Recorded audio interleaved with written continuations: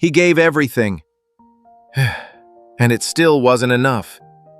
Cristiano Ronaldo, the greatest goal scorer in the history of football, the man who rewrote every record the game had ever written, the man who made the impossible look routine, never lifted the World Cup. And that one absence, that one hollow space in his trophy cabinet has haunted him, haunted Portugal, haunted every fan who ever believed that talent alone could conquer the world. It started in 2003, a teenager with fire in his eyes stepping onto the international stage, carrying not just a shirt, but the hopes of an entire nation on his back. Portugal had Figo, they had Deco, they had glimpses of greatness, but they were never France, never Brazil, never Germany. They were a team built around one man, one vision, one heartbeat. And that heartbeat was Ronaldo. At Euro 2004 on home soil, with the whole country dreaming, Portugal reached the final and lost to Greece. Not a dynasty, not a football superpower. Greece. And you could already feel it, the weight beginning to settle on his young shoulders. Then came the World Cups. 2006 in Germany, Portugal's finest hour, a fourth-place finish, Ronaldo contributing but the team riding a collective wave that would never return. 2010 in South Africa, one goal in a 7-0 demolition of North Korea, and then silence.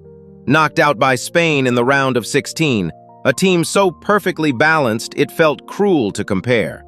2014 in Brazil, perhaps the cruelest chapter, Ronaldo arrived injured, broken physically but refusing to quit. Scored against Ghana, but it didn't matter. Germany put 4 goals past Portugal without blinking, and the dream collapsed in the group stage. 2018 in Russia gave the world a moment of pure Ronaldo magic, a hat-trick against Spain in one of the greatest individual performances in World Cup history. 3 goals, 3 moments of genius, and yet, Uruguay ended it in the next round. Ronaldo silent when it mattered most. 2022 in Qatar, history was made. He became the first man ever to score in 5 different World Cups, a penalty against Ghana that the whole world watched, a milestone that should have felt triumphant. Instead, it felt like a footnote.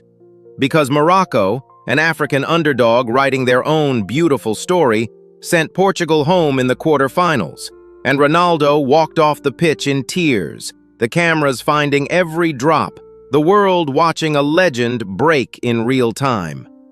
The painful truth that no statistic can soften is this: Portugal was never truly a team of equals. They were a solar system, and Ronaldo was the sun. And when the sun dimmed even slightly, everything fell apart. No world-class striker beside him, no commanding midfield engine, no defensive wall that could absorb the pressure of the biggest moments. While France had Mbappe and Griezmann and Pogba, while Brazil had depth at every position, Portugal had Ronaldo and hope. And sometimes hope is simply not enough. But here is what the World Cup story misses when it tries to define him by absence. Ronaldo led Portugal to their greatest ever international triumph, the Euro 2016, playing through injury in the final, coming off the pitch in tears yet again, but this time coaching from the sideline, urging his teammates forward and watching them beat France 1-0 on the grandest stage. He was there in spirit when they needed him most.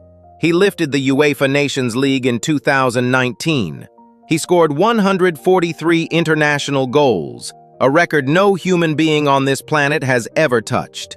And yet the conversation always returns to the same question, the same wound.